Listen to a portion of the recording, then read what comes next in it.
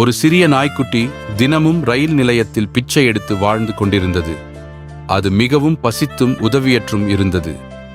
ஒரு நாள் ticket Shekar DC அங்கு வந்து நாய்க்குட்டியை பார்த்து கோபமாக அதனை அடித்து விரட்டிவிட்டான். ஏழை நாய்க்குட்டி அழுது கொண்டே நிலையம் அருகிலுள்ள ஒரு மரத்தின் கீழ் சென்று அமர்ந்தது.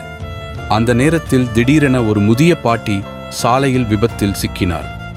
அவர் வலியால் தவித்துக் கொண்டிருந்தார்.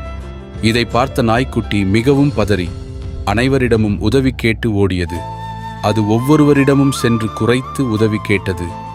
ஆனால் யாரும் அதை கவனிக்கவில்லை. இறுதியாக நாய்க்குட்டி அருகிலிருந்த ஒரு லோக்கல் போன் பூத்துக்கு ஓடி சென்று எப்படியோ ஆம்புலன்ஸ்க்கு அழைத்தது.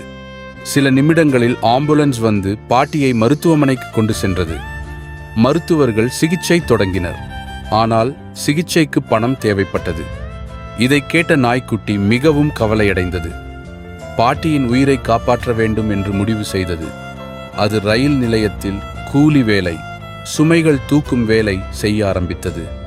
பகலும் இரவும் உழைத்து சிறு சிறு பணம் சேமித்து இறுதியில் மருத்துவமனை கட்டணத்தை கட்டியது. அதன் கடின உழைப்பால் பாட்டியின் உயிர் காப்பாற்றப்பட்டது. பாட்டி நலம் பெற்று வெளியே வந்தபோது நாய்க்குட்டியை அன்புடன் அணைத்துக் கொண்டார். அவரது கண்களில் நன்றியின் கண்ணீர் வழிந்தது. ஆனால் நாய்க்குட்டியின் மனதில் ஒரு சிறிய வருத்தம் இருந்தது. தன் நல்ல செயலுக்காக யாரும் லைக் மற்றும் சப்ஸ்கிரைப் செய்யவில்லை என்பதற்காக.